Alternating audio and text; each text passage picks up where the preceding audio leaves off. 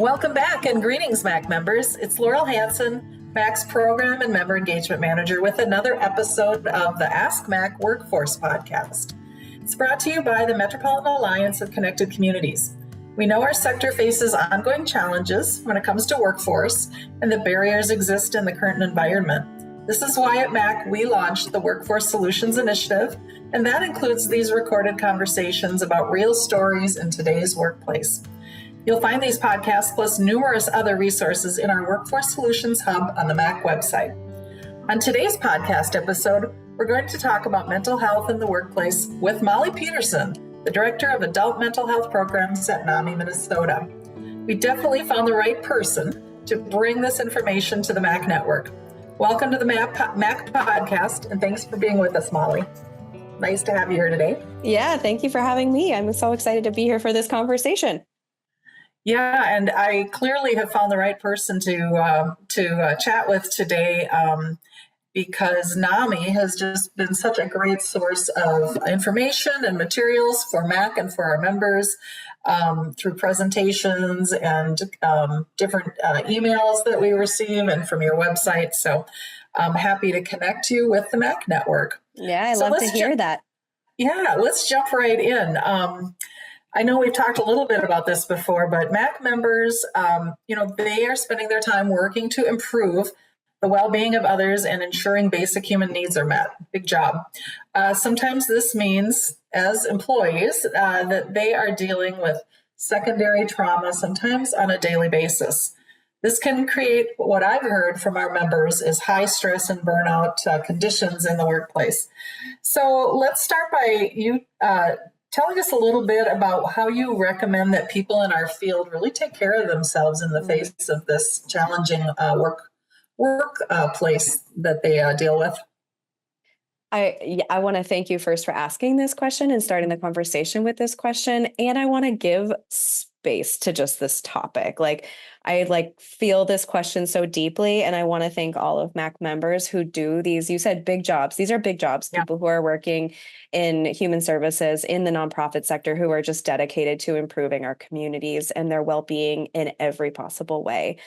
And secondary trauma and high stress is such a prevalent part of the work we do. It's such a prevalent part of the setting that we're in because we're dealing with and we're seeing and witnessing injustice and violence and homelessness and abuse and violence. There's just so much that we see and that we're working to improve. And then we go home and we're just supposed to function like normal people and return to work the next day and be productive and show up and be a good colleague. And there's so much that we're dealing with, and there's so much need for people to take care of themselves. So I really want to talk about just awareness and something called self-validation. And then I want to talk about the importance of self-care and just like how that's such a multi-factored word that we don't often give enough credit to. The awareness piece is so huge. So I really encourage that folks in our field, my colleagues, MACC members, are just self-validating their experience. Self-validation is actually a skill that's taught in dialectical behavioral therapy, or DBT. And I will preface that I am not a clinician or a mental health professional. I'm a peer. I'm somebody that lives with a mental illness myself and an educator. But DBT is a wonderful therapeutic mode that can be used to teach people a ton of different skills. And self-validation is one of them. And what that means is basically just saying, I feel this way. I don't need to judge myself for how I feel. I don't need to judge anything about what's going on around me. I'm allowed to feel the way I feel, and I'm allowed to just give space to it and understand that anybody in my position might feel this way too. So to be able to just say, I am stressed. That is like, we're just acknowledging I am stressed.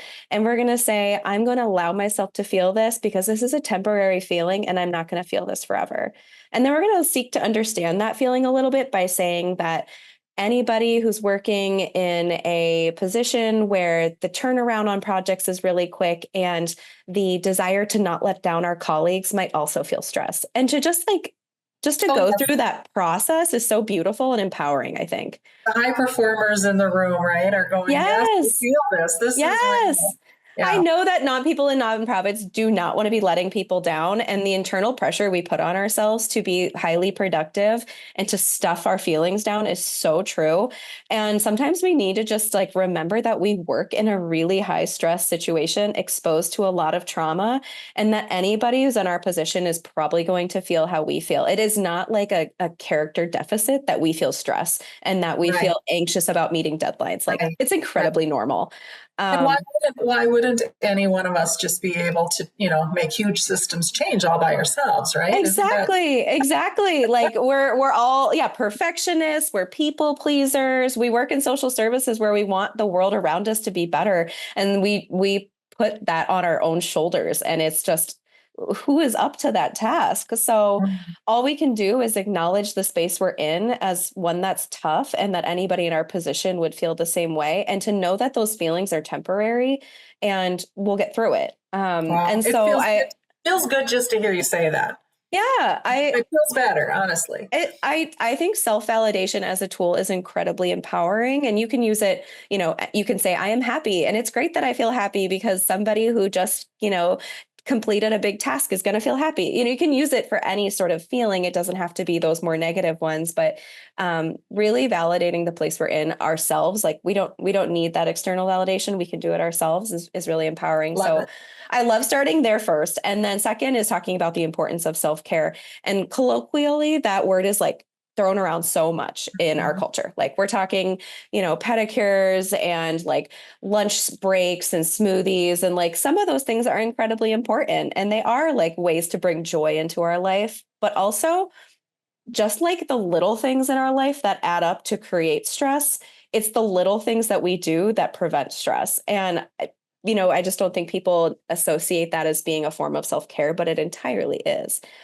So, let's say that just say you're really busy this week and someone is asking you to join them on a project. Saying no is a form of self-care. You, of course, want to be a good colleague and say, as much as I love helping you on projects, I just want to be really honest that this week is going to be one of those ones that I just have to say no, and letting that be okay. Because internally, I think too, we have a hard time like with that. We start judging ourselves, saying no, realizing that we don't need to get everything done. And there are things that are not priorities and we can put them on the back burner. That is okay too. And I think a key part of like those more boundary focused self-care activities are really about good communication, because when I know I'll tell just like a personal story from therapy, and I was talking about, we're talking about boundary setting and I'm talking about doing it at home. And I'm like, I think the fear I have is that I'm going to come off as it being difficult because I'm starting to say no to all these things that people don't know me as someone who says no to things. And that's the fear, is being seen as difficult. And I think that's part of the practice, is that we are like breaking cultures, we're breaking cycles. And Yeah. it does make us feel like we're doing something wrong, but it's Yeah. not. We're really I'm glad you protecting our brought peace. that up. I feel like, if anything, our culture is moving in the direction where that is acceptable. Like I want to like put that on a needle point. I want to sew that on a pillow. Say no, Yeah. and Yeah.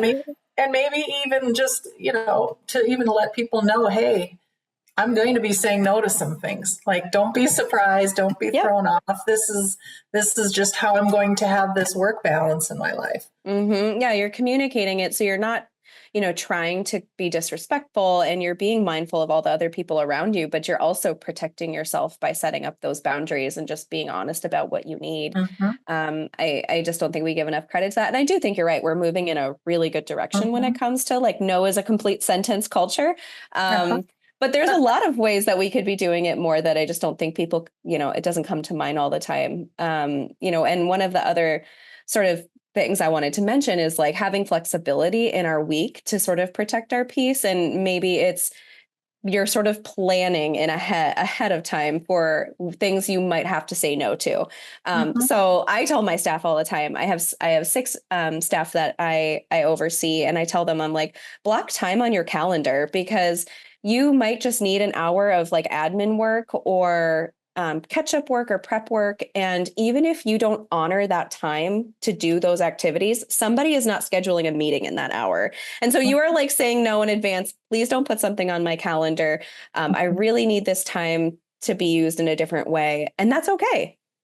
We just had that conversation today as a team about how employees feel like their calendars and the level of meetings they have run their lives.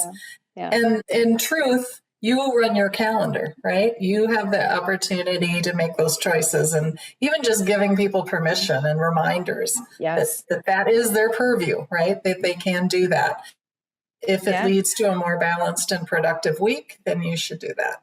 I love it. I love how you brought up this issue or this topic as self-care, because I don't think we always look at it that way. Yeah, exactly. I think we it's like I said, the little things that cause stress and the little things can make a big difference in preventing it. And those little things are self-care.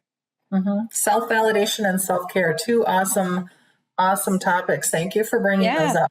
Yeah, of course. So that's sort of maybe as the individual. So what can an organization do, like our nonprofit organizations, how can they maintain a support system to ensure their team's mental wellness isn't neglected? Yeah, I think it really starts with employers and workspaces reminding themselves that they have this responsibility to provide an inclusive culture that supports staff to be able to show up, be productive, and utilize their talents and gifts, and to know that they're there because, they were hired there to be there for a reason. And so employers really need to just put that responsibility and remember that at the forefront. I think it's so easy that we, especially in the nonprofit sector, get like really caught up in the day-to-day, the reactivity, and to take a step back and remember that that's our duty to our employees. And so supervisors and middle managers, I think they do have a tough role. I'm a supervisor myself, and especially supervisors who are new to your organization or are first-time supervisors, first-time middle managers, maybe someone was promoted. There really needs to be quality training and onboarding about how they can be supporting staff. What are the resources that are available for them to offer when someone comes to them? How can they handle and navigate difficult situations as a manager? Those are training is so essential for those supervisors and managers because they're the ones who are going to be dealing with a lot of those one-on-one situations of supporting or providing accommodations, connecting someone to resources. So I would definitely say training for your supervisors is important. I got to say hallelujah for you mentioning that. And at MACC, that's something that I'm personally working on developing right now are those sorts of supervisor training opportunities for our network so that we can help sort of mold how supervisors could deliver on those promises that we make when we hire people. Yeah. And it's also good for the supervisor and their mental health as well to feel like they can go into a meeting or just, ad hoc talk to somebody and feel like they have what they need to manage that situation. Because I think so many of us feel the responsibility after we've left a conversation of, did I handle that right? Did I say the right thing? And I think taking some of the guessing out of it for supervisors is also really good for their well-being.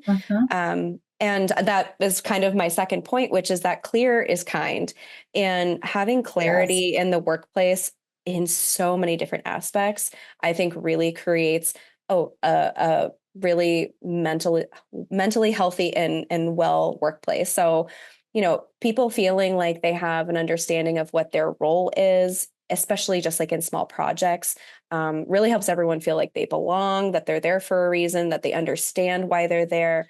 I can't help but think of those times where in my professional career, I've been like, I didn't know I was in charge of that.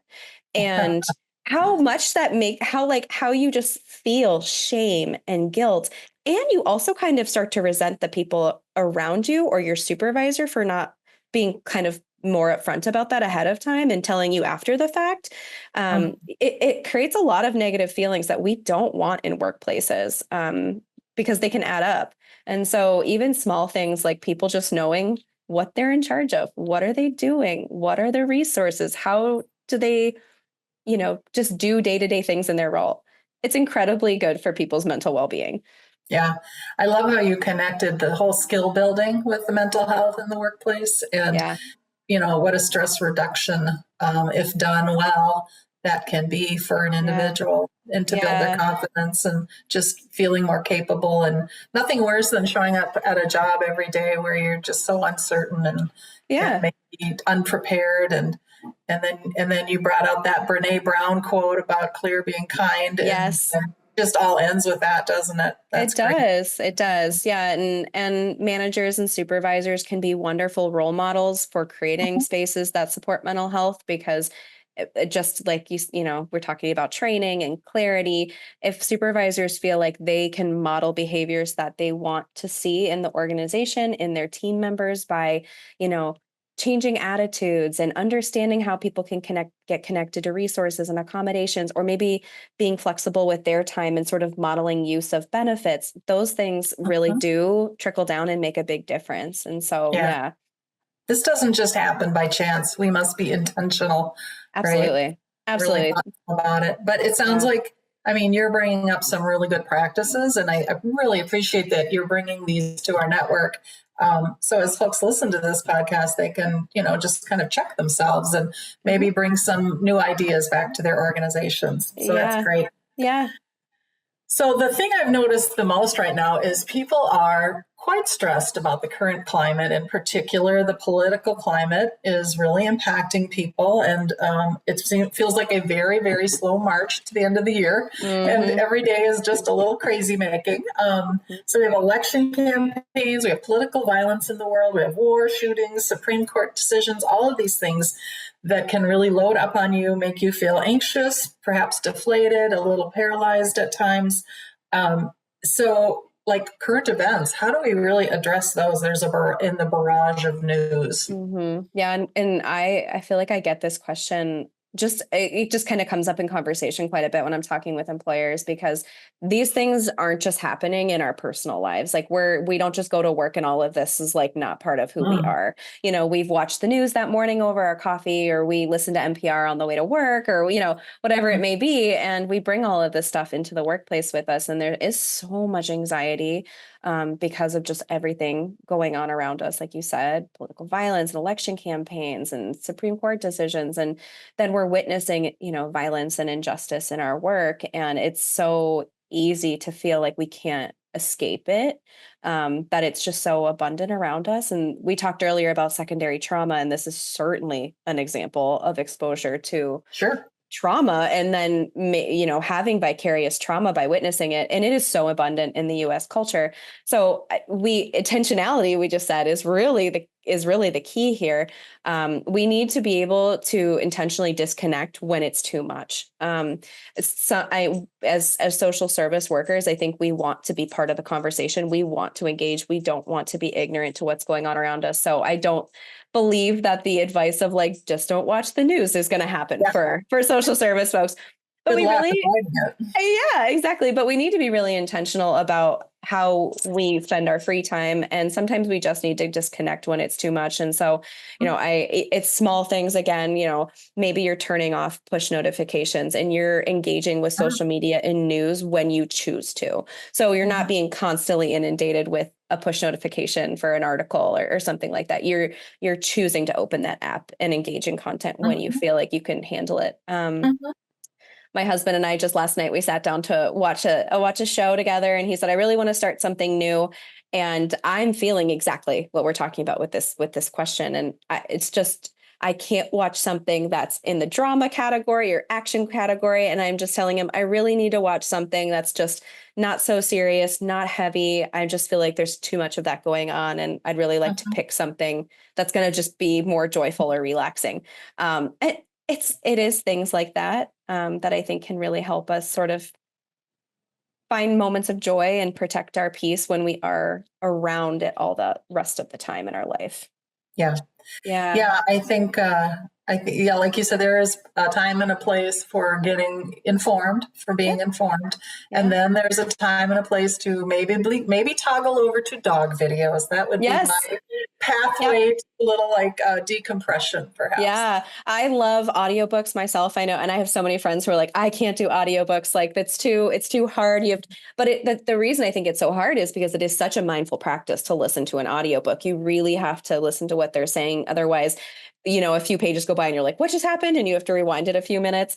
But they're really mindful activities where you're not ruminating. You're kind of stopping this cycle of just being in your head. Even if you've turned off the news, you've walked away from Instagram or whatever it is, and you engage in a mindful activity that allows you to just be totally present in what you're doing, that can really help.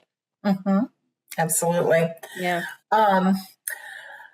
All right. So I've noticed, reading and being online, I've noticed a lot of references to psychological safety lately. And I don't know if this is like a conversation point. I've just noticed that so much more in the last year or so.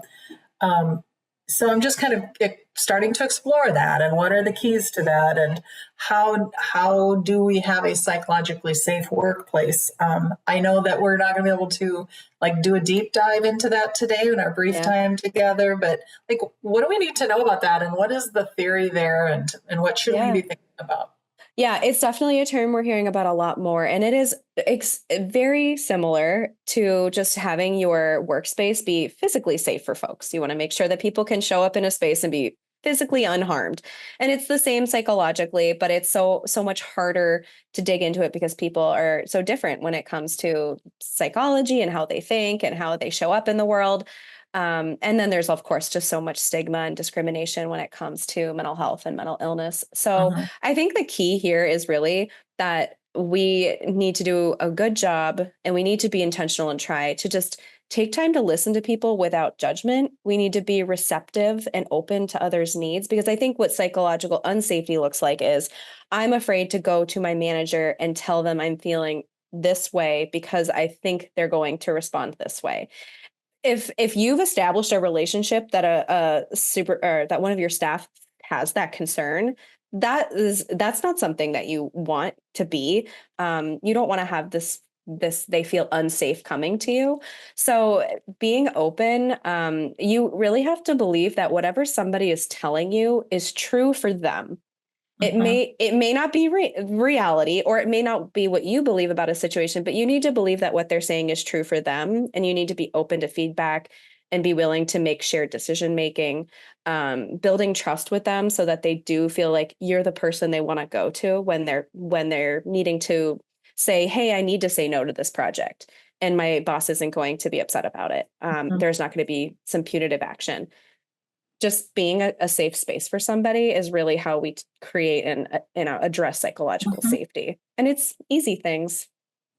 That makes sense. Yeah. That makes sense. It is a big topic. We could probably talk for a full episode on psychological safety. Yeah. So that leads pretty well into my next question. Thinking about like how an individual can make a difference. If an individual sees one of their colleagues struggling, how can they help? I think sometimes people don't want to overstep, or they just don't know the right step to take with a coworker. Like what is the right move without being too intrusive? Yeah, I think we put a lot of internal pressure on ourselves that we need to have all the answers when someone comes to us, or that we need to be able to solve their problems or connect them. And it's okay if we just simply listen to people. And so just the way that you would ask anybody how they're doing, maybe you're a parent or you're a caregiver, and you just are asking somebody, hey, I noticed that you just haven't really been yourself lately, and I just really wanted to check in. Are you feeling okay? Or maybe you have and so in a professional setting, it might just look like, hey, I feel like you haven't been as talkative in our team meetings the last couple of weeks as you are. Usually pretty chatty. Is everything going okay? Is there anything I can help with or support you on? Just wanted to check in. It doesn't have to be that you're specifically asking them a very pointed question. We're just trying to start a conversation. And then from there, you need to really commit by being willing to listen. Because if you are going to be either quick to judge their response, solve an issue for them, or end the conversation, that really sets a precedent for the future. And it says that you're not somebody they can share with. Yeah. So I think it's simple. It's communication skills. I think what I hear so often, especially from supervisors, is that we want to try and fix things, and we are not therapists. So Uh-huh. it's not our job to diagnose or solve problems or help them like do some, large internal reflection. We are just there to nod and say, that does sound like it would be really hard. I'm really Mhm, sorry you've been going through that. mhm. Yeah, that's good advice. I think it's even, it's become trickier too in our hybrid settings to try Yeah. to even get the vibe for what's going on sometimes. Yeah. Yeah. Disconnected and It's so true. I like my husband, he came home and he works in person, but talks with someone that's at a different location and they talk pretty frequently. And he said, Molly, just based on what I do, like this sentence that he sent me just kind of sounded a little off. And I would love to just like brainstorm it with you. And I said, this really sounds like a kind of coded, I need a little more support. And so I said, just start the conversation. And it ended up being that this person really did need some support. And mm, it can be as simple as just, how are you doing? But sometimes we do have conversations that do turn serious. And so I would really encourage MACC members to take a QPR class, which is basically CPR, but for suicide prevention. So it stands oh for wow. question. Yep, it stands for Question, Persuade, Refer. It's a 90-minute class. We teach it online 3 times a month for free. You just never know when a conversation might turn to a place where someone really is in crisis, or they're Mhm. experiencing thoughts of hopelessness or suicidal ideation, and you want to be able to be prepared for that conversation. So I would encourage folks to do Yeah. that.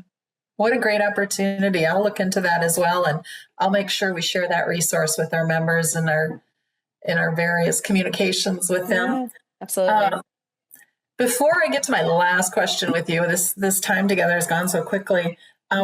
You've started to share a little bit about NAMI. Do you want to just take a couple minutes to talk about opportunities for organizations to get connected? Because Yeah. NAMI is a great organization. Yeah, NAMI's focus has forever been about improving the lives of people impacted by mental illness, and a lot of folks say, just even if I'm just in the general community, that they don't know somebody, but 1 in 5 Minnesotans lives with a mental illness, and so there's a very good chance you know or interact with somebody, whether you're serving them in the community or you're interacting with them in a professional capacity, that you know somebody, and so I think it is great that everybody have an understanding of the issues, the challenges, things to do right, resources. And so NAMI is here to do trainings, classes. We often do public classes online. You can just go online and look through all of our classes and register. All our classes are free. You can request a private class, and we have classes on tons of topics.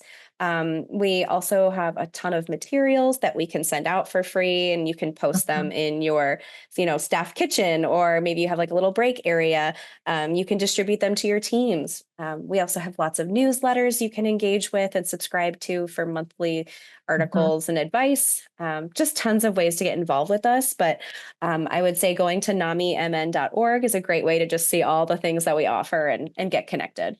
Yeah, I found it to be a great resource. I've visited your website many times, and your monthly newsletter is just so terrific because it just shows up and it's full of good content. And Yeah. it's definite. I don't know if I picked one that's particularly workforce focused, but I do notice that so many of the pieces in this monthly newsletter that I get are really applicable in our organization. So Yeah, it's yeah. been We super have helpful. we have monthly newsletters that are specific to the workplace. We Mhm. have some that are really focused on resources for parents who have young children. So Mhm. there are so many caregivers who work in the workplace, and you may not know it. And so if you're somebody who's maybe not looking for something for yourself, but you would like something for your family, there's just so many good newsletters to subscribe to.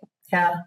Yeah. What a valuable resource. Yeah. All right. Well, I can't believe we're wrapping up, but I do have one final question because I always like to end these podcast conversations um, with asking for a piece of advice. So, what is a piece of advice that you will leave MAC members with today to adopt a mental health mindset at work? Yeah.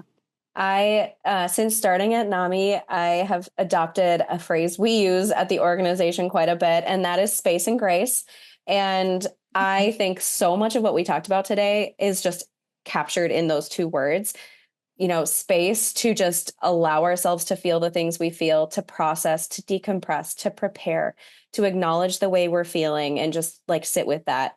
Space to take a break, to do self-care. And then that grace is really the permission and the validation piece. And I think that you need to be doing space and grace with yourself and with others.